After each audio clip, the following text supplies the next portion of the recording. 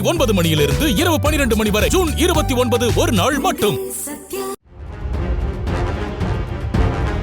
கேரள மாநிலம் மலப்புரம் டோல்கேட்டிற்கு வந்த காரில் ஒட்டப்பட்டிருந்த ஃபாஸ்டாக் ஸ்டிக்கர் ஒழுங்காக வேலை செய்யாததால் டோல்கேட் ஊழியர் தனது கையில் இருந்த நீளமான இரும்பு கம்பியால் ஸ்டிக்கர் பகுதியை கீறியதாக கூறப்படுகிறது. இதனால் காரில் இருந்தவர்களுக்கும் டோல்கேட் ஊழியர்களுக்கும் இடையே வாக்குவாதம் ஏற்பட்டு கைகலப்பாக மாறியது. இது தொடர்பான சிசிடிவி காட்சிகள் வெளியாகி உள்ளன.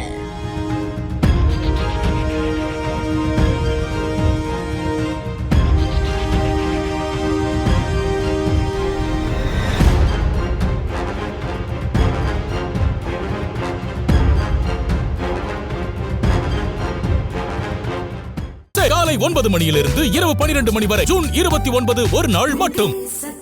பிளே ஸ்டோர் மற்றும் ஆப் ஸ்டோரில் இருந்து பாலிமர் செயலியை QR கோடு மூலம் பதிவிறக்கம் செய்யுங்கள். செய்திகளை உடனுக்குடன் பெறுங்கள்.